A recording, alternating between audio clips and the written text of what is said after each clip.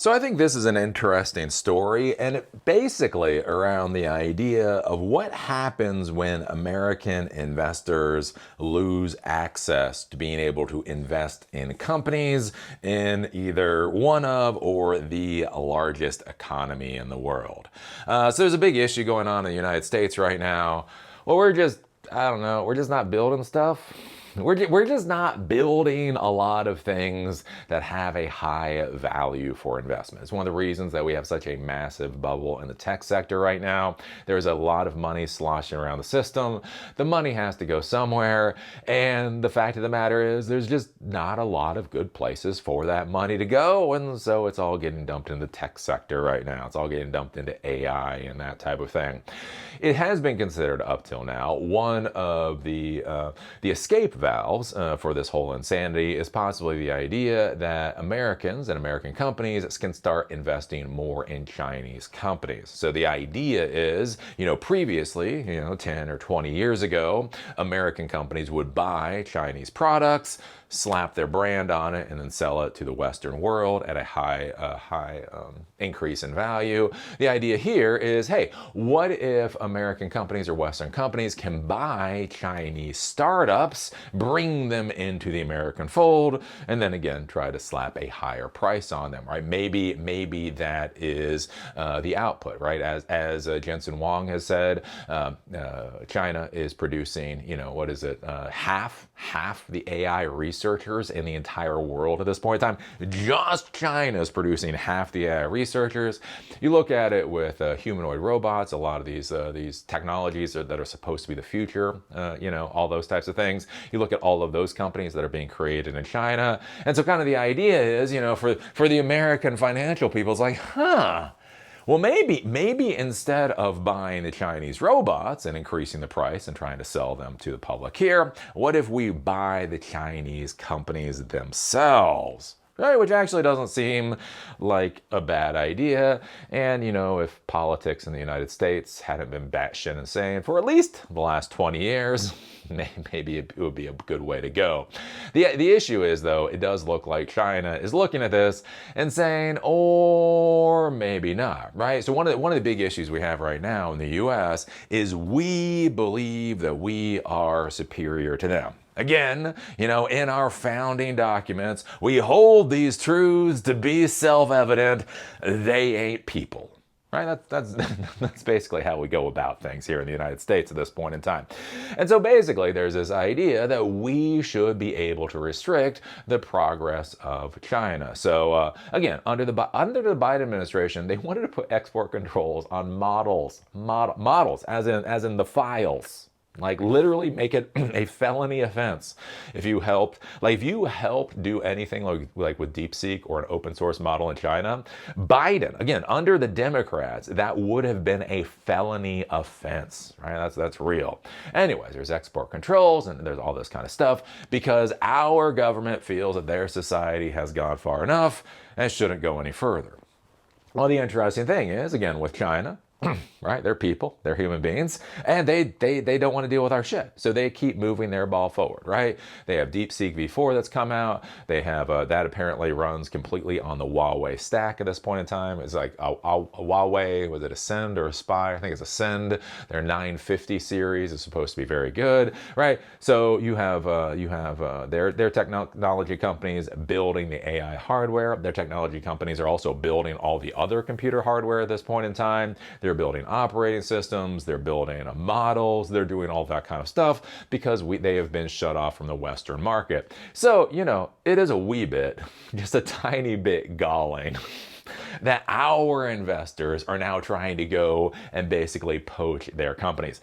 After we have basically tried to cut off China from all of the high quality AI technology that exists in the world, now when they're still creating high quality AI technology, now we have the idea, well, our billionaire investors should be able to come in and be able to poach those companies from China. And it looks like China is basically saying, no. No, this stupidity just isn't going to go further. If we take a look at this, China is requiring government approval for U.S. investment in Chinese AI companies. The move follows Meta's $2 billion acquisition of AI startup Manus, which triggered a Beijing probe into foreign investment and tech exports. So I talked about this whole Manus acquisition being rolled back before, and this is just basically where in total, they're looking at trying to roll back these types of investments. China's government has told several of the country's top AI companies they must obtain explicit government approval before accepting U.S. capital in funding rounds. So this is the interesting thing, too. It's not even acquisition. It's U.S. capital in funding rounds. The guidance related to a number of private companies over the past several weeks came from the National Development and Reform Commission and instructs those firms to seek government sign-off before taking any American capital. So think about how much money is sloshing around in the American system right now, and basically the Chinese government is saying that that money may not be able to get to them. AI startups Moonshot AI and Step Fund were among the companies that received the instructions, according to Bloomberg. ByteDance, whose TikTok app has made it the most valuable company, a private company in China, was separately told that any secondary share sales involving American investors would require Beijing's sign-off. According to Bloomberg, the core purpose of the new rules is to keep American capital out of Chinese technology fields that Beijing considers strategically sensitive. The policy stems from Meta's acquisition of AI agent startup Manus, which was announced in December and has been widely valued at about $2 billion. The Meta-Manus deal drew scrutiny from Beijing because Manus, though incorporated in Singapore, was founded in China and maintained operational roots there. China's regulators framed their review around questions of what constitutes a technology export when the asset being transferred is a team, a system, and operational know-how, not a conventional product. Meta has said there will be no continuing Chinese ownership interest after the Chinese deal closes, and that Manus will discontinue services and operations in China. This is probably one of the things that concern China too. The idea that this company can be created in China by Chinese people, with the support of the Chinese infrastructure. Meta can come in, purchase this startup, and then China no longer has access to it. Oh, don't you love how America does things? You build something, you create something, you're getting the value from something. We come in, we buy that thing, and then we say, no, it is illegal for you to use it anymore. I have no idea why they keep calling us colonials. It is ridiculous that they keep talking about colonial. Do you think this is how colonialism works? Christ. Anyways, the broader regulatory environment has made investment permissions a central variable in AI business strategy, with both Washington and Beijing tightening controls over cross-border capital flows into sensitive technology sectors. The U.S. put its own restrictions in place earlier, limiting American investment in Chinese AI, semiconductor, and quantum firms, according to Reuters. So basically, China is saying, if you're trying to get American investment, we're going to make it difficult for you. And America is saying, if you're trying to invest in Chinese companies, we're going to make it difficult for you. So basically, there's probably going to be a hell of a lot less American investment in China. And this is how the walls go up. Again, I've been talking about this for a long time now, the idea of the Western AI tech stack and the Chinese AI tech stack. What I'm getting more and more concerned about at this point in time is not just an AI stack. Because again, you'll notice for like a year now, I've been very worried about the AI stack. What we're starting to see more and more is the actual stack itself, stacks. I remember before convergence. There was something called convergence. Before convergence, all your electronic devices, even if they were networked together, they used different systems for communication. So, telephones. Telephones used something called Cat3 cable. They were either analog or digital telephone systems.